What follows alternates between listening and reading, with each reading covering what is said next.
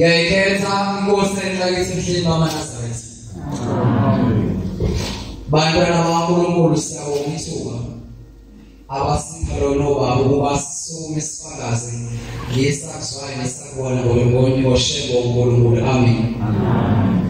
Ngiyacela ukuba konke engizokhuluma uNkulunkulu ahlale elimini lami kubakhe abangcwele bakufanele ukuthi ube khona lapho bafundisa khona bafundise. Ngingathi sengiyaphuma lapha sihlangene siyavuka bese uNkulunkulu esolomika iqala phezu kwami. Amen. Umbongeni wakacele izalwa intombi kaMsabala ngala yamasile uVan Sempele Shumel Pastor. Amen. Manazaretha igcwele ngesabathe ephelile ushembe kade esizile emzini omkhulu wamakhosi abaZulu eNyokeni. Sithe masiphakathi komuzi waseNyokeni ngase ngikhumbula indaba eyenzeka ngikhona phakathi komuzi waseNyokeni. Ngiyacabanga ukuthi sasiqala ukunyathela lo nyathelo nalwanya ku-2014. Sathi sihleli sonke isihlalo sasezulwini. Wayesefika ubaba enza nengane yakhe yokuqala. Lengane egula ngendlela eyisimangaliso ngoba eyikhala lengane igaqamuka ubona ukuthi la ekhanda khona indaba engasaculi kahle parafini. Kuthe lo mntwana bekhala uyise wayesembeka la sebemgada bashumayeli. Wayeseyasondela uyise edupha phambi kwesihlalo senkosi uNyazezulu. Wayeseyambeka umntwana wakhe wathi baba umntwana uyagula. Angisazi ukuthi ngenze njani manje. Isiyaphendula inkosi nethi cha lo mntwana akaguli. Yathi lo wasukela isono sidlalele phansi wasithatha wasifaka kuyena. Wathi lo wasuka wahamba waya lapha e-workshop kulabantu abalunga nayo wafika wenza i-bread. Wathi inwele lezi ayifika bayithatha bamfaka kwezona ekhanda lakhe sewenza umuntu okade adlule emhlabeni.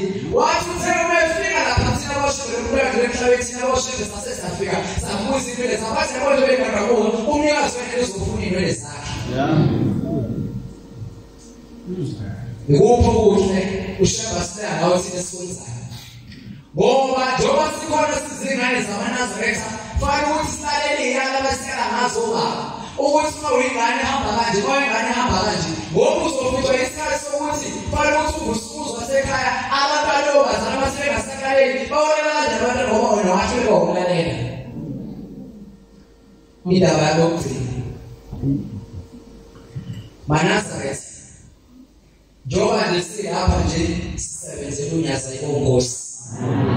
Wasifundisa uShabangu ngonyaka opheliwe ngomhla ka-22 ku-October kwakuyisabatha siseJudiya. Wathi kwakunenkosikazi uthi ayisehleli kaManazaretha unenkosikazi athi mayibona isibonakaliso uthi isondela ngasemasangweni kodwa afika amasango esevaliwe. Uthi mayesevaliwe amasango uthi basukezezulu engakahlali nohlala esihlalweni uthi wayeseyisikhamba ngasezansi lapha abamkhulu eyisibusa umama ehlalele lapha wathi awubengifisa ungena ngaphakathi kodwa ngifika sevaliwe. Yayithi awukulindela ngingene phakathi ngizwe ukuthi akangenisa yini. Nempela inkosi yazezulu yangena ngaphakathi soyathi mayiphuma soyisiphuma neglasi yamanzi.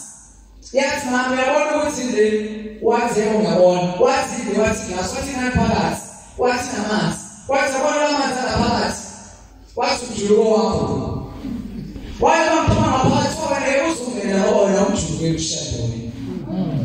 Njengoba singaphakathi senze inkosi usukela ngo-Ephreli ememezela uhlala ekuseni esho umsebenzi kuze kuzofika la sihamba zonke lezi ndawo esihamba zisebenzela ushaya inkosi kusemizweni. Amen.